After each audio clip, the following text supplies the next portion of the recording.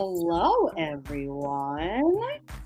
Welcome to the Why I'm Still Here, Porque Sigo Aquí series. This is your host, Isabel Garcia, she, her pronouns. I am the founder of Estoy Aquí, and I am so excited for today's guest because we are gonna be talking about food. And this guest loves probably more than I do. So that's listen, and I love food. But before we get into that, before we welcome our guests, I want to remind you why this series exists in the first place. The purpose of this series is to showcase community members who are out there building community, but while building community, they are also building their own mental health and the mental health of others. And so the purpose is to really look at that connection, community and mental health. How are they interconnected? And so today's topic is food as a form of care. And so I want to welcome Ariana Williams. How are you today?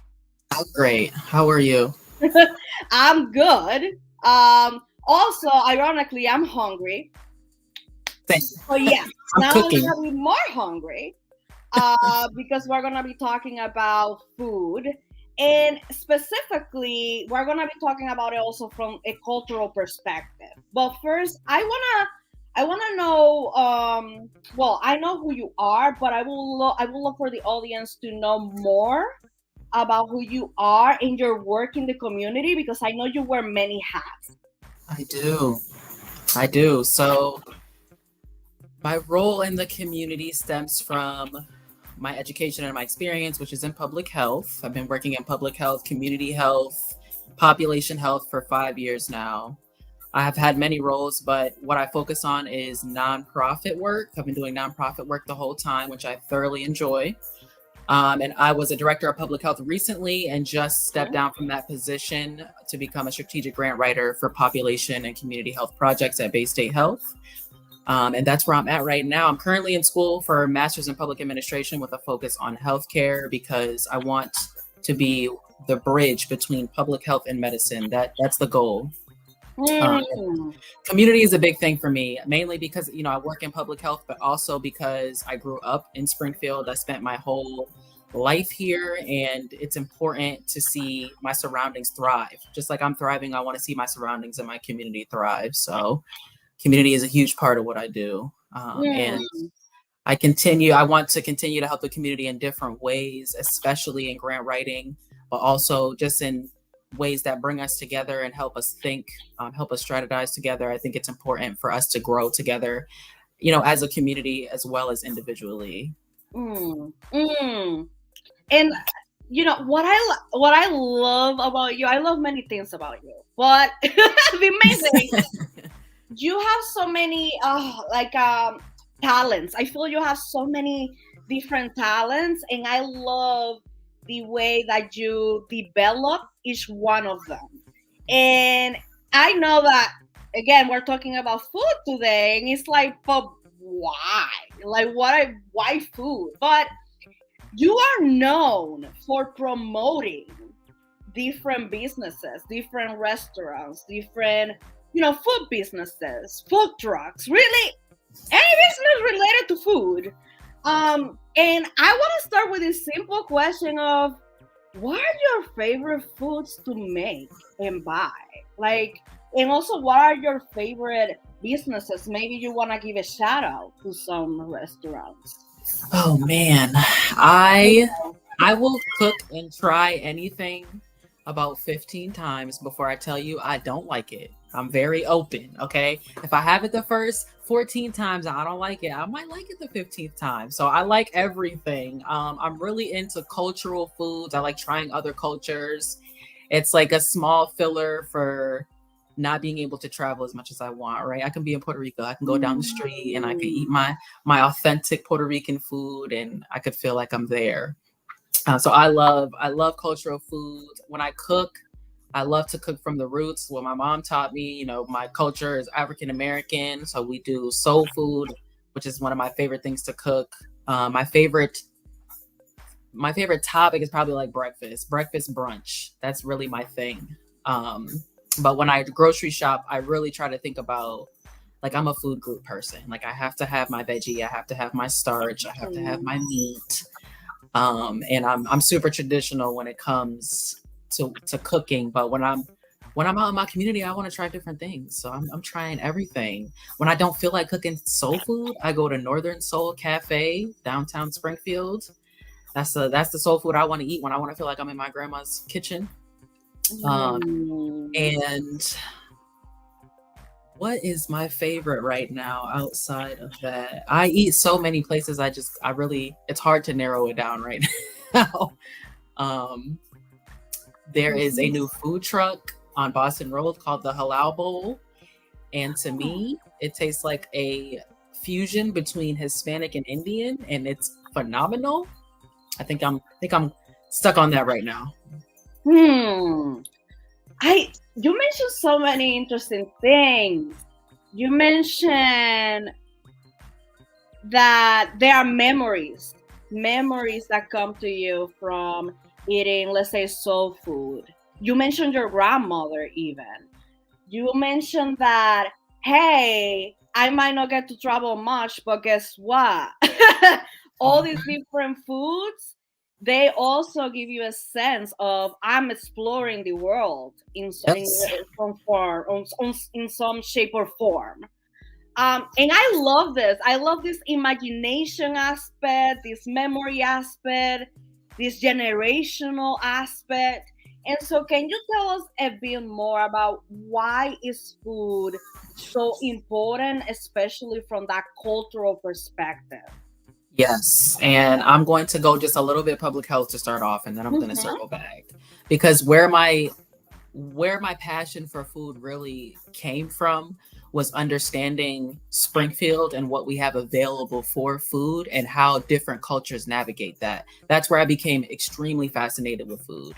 And this area of Springfield that I work in is a food desert. There's not enough nutrition. There's not enough local affordable produce. So when you think about, me as a Black woman, I started thinking about how much, produce do I eat and how do I cook it? Is it healthy? And if you don't know someone's, culture, if you don't have enough humility enough, to understand someone's culture, how would you be able to help them when they have diabetes and they need to bring their A1C down? Or if they have hypertension and they need to bring their blood pressure down, but you don't understand, or you're not willing to understand their culture. So I want to be addressed from that perspective, when it comes to my health, because it's important. When I go home, for my doctor telling me that I need to work on my health, nobody's holding my hand and taking me to the grocery store, and nobody's telling me how to cook different things.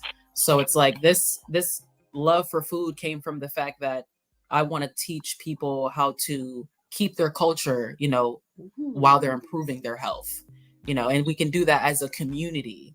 It matters what we have available in the community. If there's 28 outlets for fast food and 3 outlets for produce, guess what the majority is going to be? It's going to be fast food. So the environment, the community, what we choose to put here, what people choose to open up is really important. Yes. Yeah. I also love that you mentioned is also this public health approach that you're using is also a way to fight assimilation, because you mentioned, how do you keep your culture? How do you still embrace, value, love your culture, and also be healthy?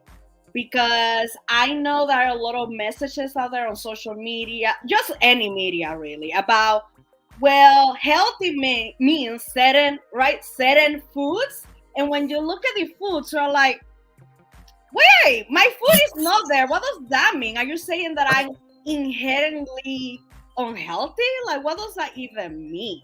Like, the messages that were sent about our food choices, and by we, I mean marginalized identities, Black and brown people, the messages that were sent are very insulting. That's the way I'm gonna put it. And you mentioned also Springfield, and you mentioned the food deserts.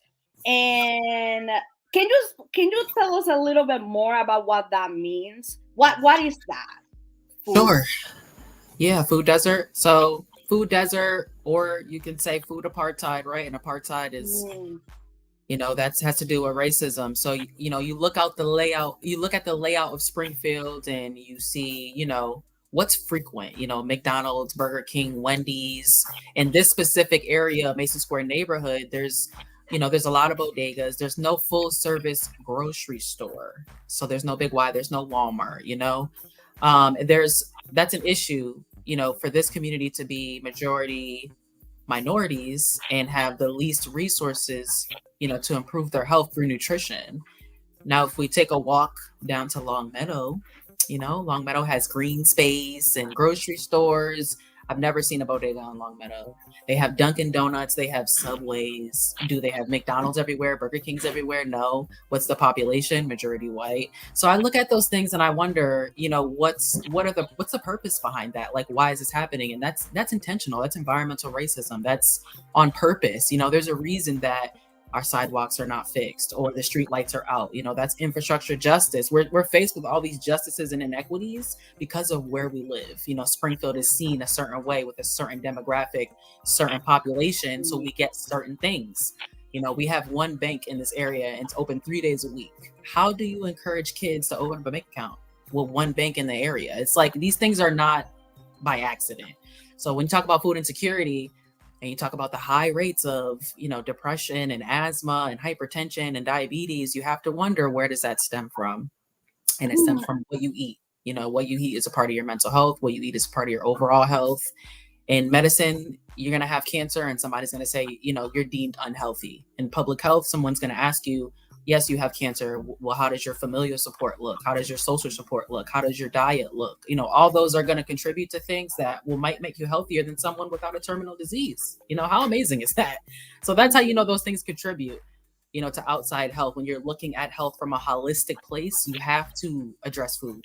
You have to address food. You have to address, where this person lives and what they have access to. And how much money they have, and if they're food insecure, if there's no full service grocery store, do they have a car to get to the grocery store? If you take the bus, there's a 2-bag limit on the bus. Are you going to feed 5 kids on 2 bags of groceries? No, you're going to go get fast food because it's easier. So that, we have some of the highest rates of pre-diabetes. We have some of the highest rates of hypertension, diabetes. All that stems from living in an area and not having the access to resources and education, to how important it is to cook your food in a healthy way. Doesn't mean you have to eat a totally different diet. How can you cook the food that you already eat in a healthy way? Exactly.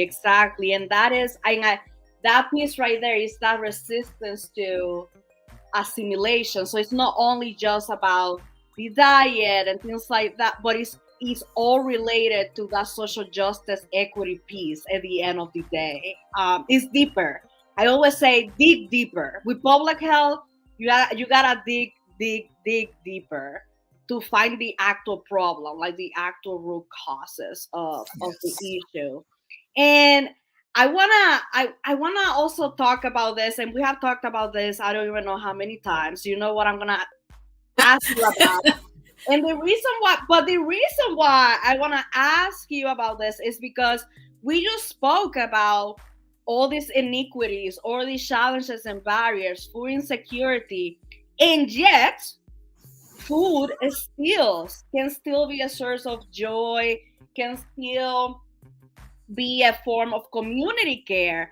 And one example of that, I think, was when you started selling monkey bread. I don't know, during the pandemic. And again, I don't even wanna go into it because I want you to tell this story on how that even started. Because it was, and you said it yourself, you have said it yourself outside the live, that this was way more than selling monkey bread. But can you tell us a story about how you build community with this food? The act of making monkey breads in the middle of a pandemic was so random for me. And the fact that it means so much now is just like, how did this happen, right? Monkey bread is I grew up on this. Monkey bread, the origin of it is from Hungary.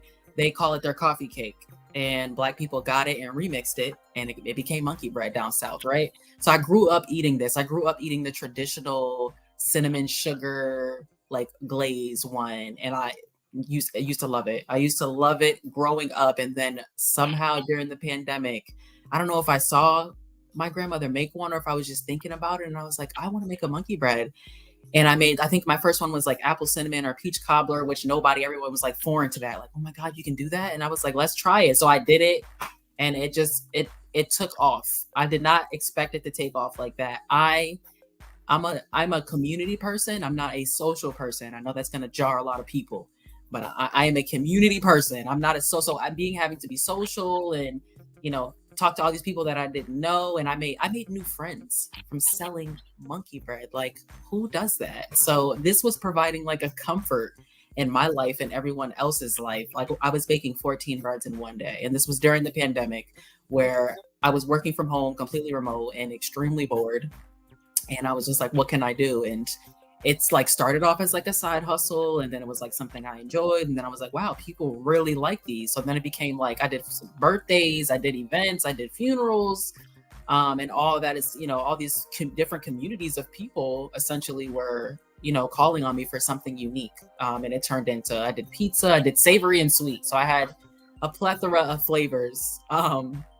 And I only owe one person one. So I haven't been asked that many times. Before, when I stopped, everyone was like, why would you stop? And I was just like, I burned my oven out doing that. Like, I have a new oven.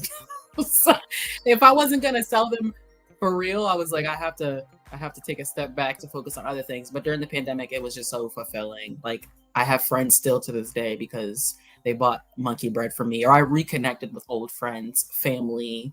I gave some away, to people who are grieving. So that was it. Outside of that experience, I wouldn't have been able to do any of that. I can guarantee you.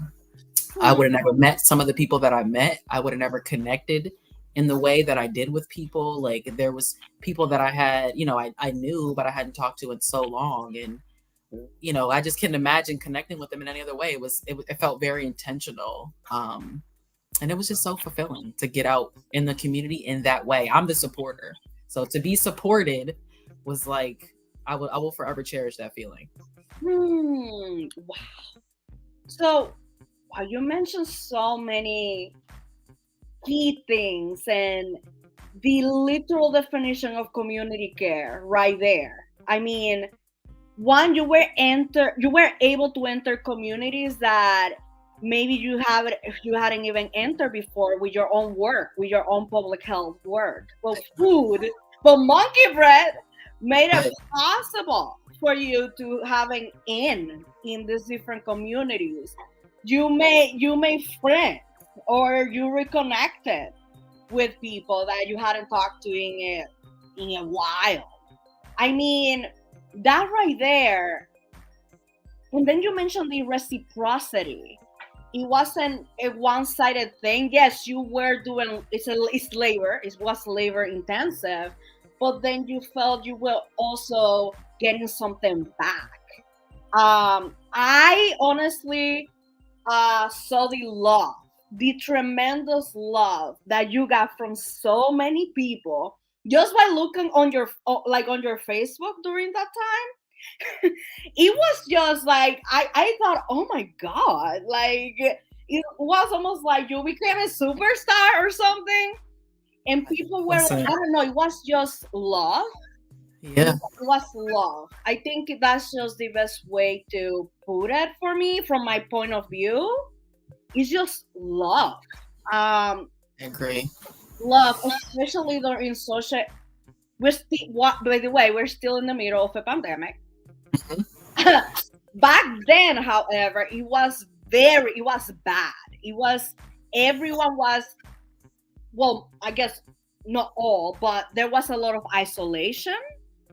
And so I see that monkey bread almost as a sense of, oh my God, hope. I don't even looking forward to something, like looking forward to your order and being Right. excited about it. I Yeah. mean, all of those things really matter when it comes to mental health, especially at those very difficult times. So that's why I love this story. I just wanted you to talk about it because I just love the lessons from Yeah. that story.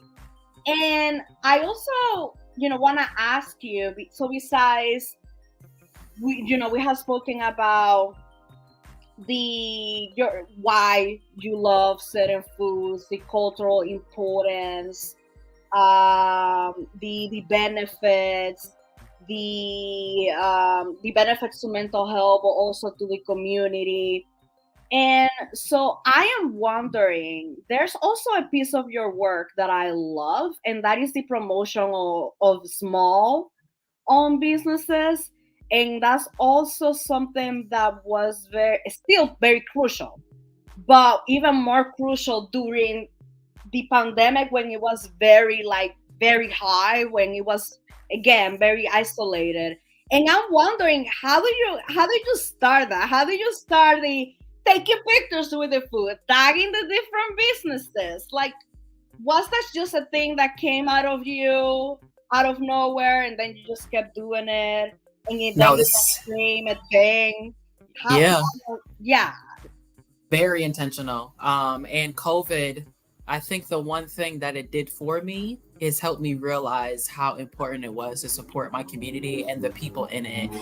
There is like a whole generation, of people my age doing phenomenal things, and even, younger than me, older than me. But I just felt especially connected to people around my age out here doing these amazing things, quitting their jobs and following their dreams. Like, and COVID really made me realize, because I couldn't go anywhere, I was just like, why was I even going to the store for this stuff when I have it right here in my community, when somebody will pull up to my front door and drop it off? Why would I go to the store for soap and for my scrubs and for my clothes? I try to buy as little as I can, from big brands, because there's a joy like in supporting, people that look like you in your community, that you can see passing, down the street and be like, oh, I have a dress on that she sold to me, or I use your scrub every single morning. And because I'm such a selectively social / introverted person, I find different ways to connect with people. It's my challenge to myself. Like, I don't have to go and to the club to socialize. I don't have to do that. I can support, businesses. I can go to community events. I can make monkey bread. Like, I find intentional ways to connect. And I felt like I owed a duty. And, selling the monkey bread was just like, wow, you guys trust me that much, to eat something that I bake. You don't know what you don't know what my kitchen looks like. Like, you're trusting me in a sense. You're not asking me any questions. You're trusting who I am and my character to eat something, time and time again, that I made. And in the community is just like, you don't really get many moments, I don't feel like, in Springfield to really connect like that. There's passive connection. There's a lot of socializing. There's a lot of associates, but food, you really connect like on a spiritual level. Like, we're soul tied now. So that was just so important to me. I know you mentioned that your introverted personality, right? And I think it's so important that you mentioned that, because there is this misconception that in order to create community, you have to be this social extroverted butterfly. And I don't think that's necessarily true. Also, introversion doesn't mean shyness. I think it's more in relation to energy levels, and how do we get energy? Who do we get energy from? And how do we get that energy back? I think it's more in relation to that than, shyness or whatever. So I think by you saying that, you are breaking a lot of misconceptions that people might have about who is able to create community, quote unquote. So I really appreciate you talking about that aspect Yes. of your personality. And we're almost at the end, but I want to ask you two more questions. One question is, what advice would you give to people who want to start using food as a form of care? Like, having said all of this, how would you tell someone, hey, if you want to do this, if you want to understand the importance of food and use it to, let's say, fight inequities, what can you do? Yes, I think the two biggest things would be do your research. Knowledge is power. Do your own research, introduce yourself to things.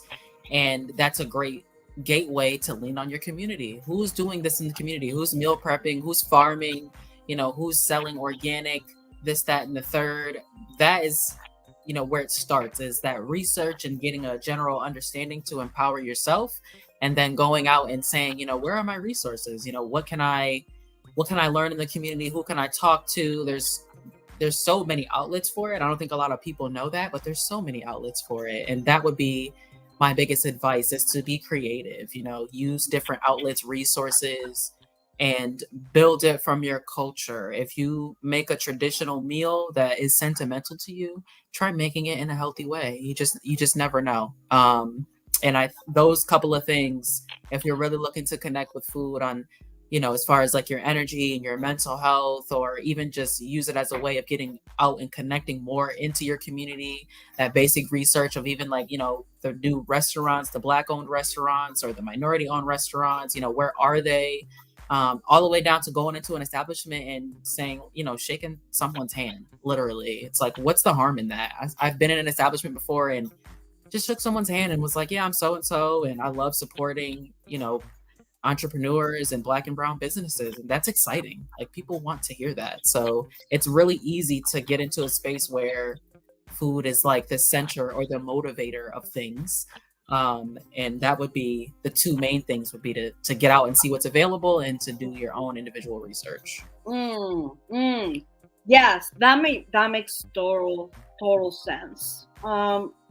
And the last question, can you share with us how we can support your work? Are there any events, any services you're providing right now, any social media you want us to follow you on?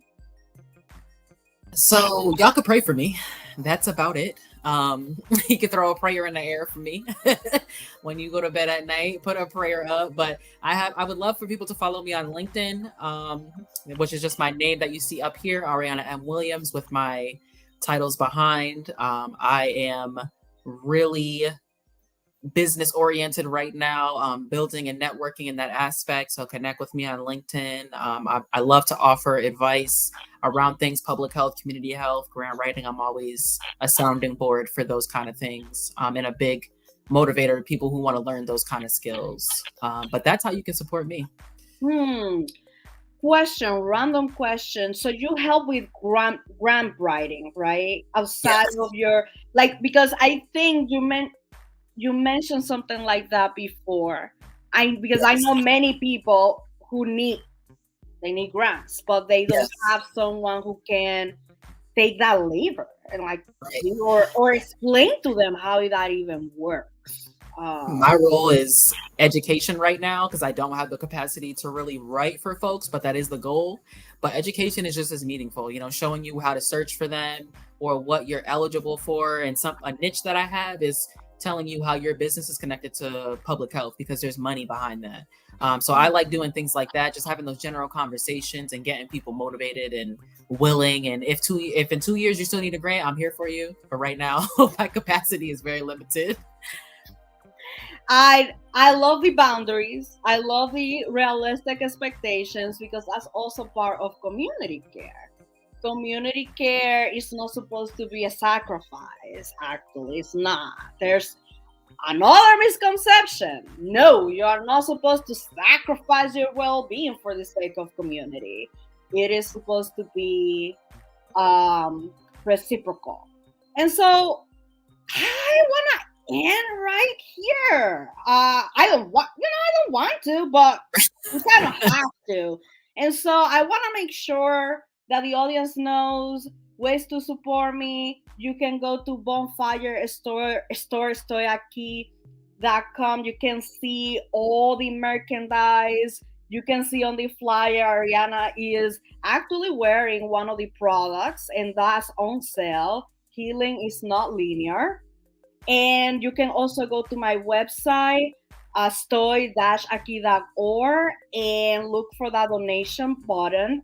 And that donation and any purchase you make through the store goes to the funding of materials and stipends for my cultural responder program. So thank you all so much for watching, and I hope you have a great Friday. Peace out.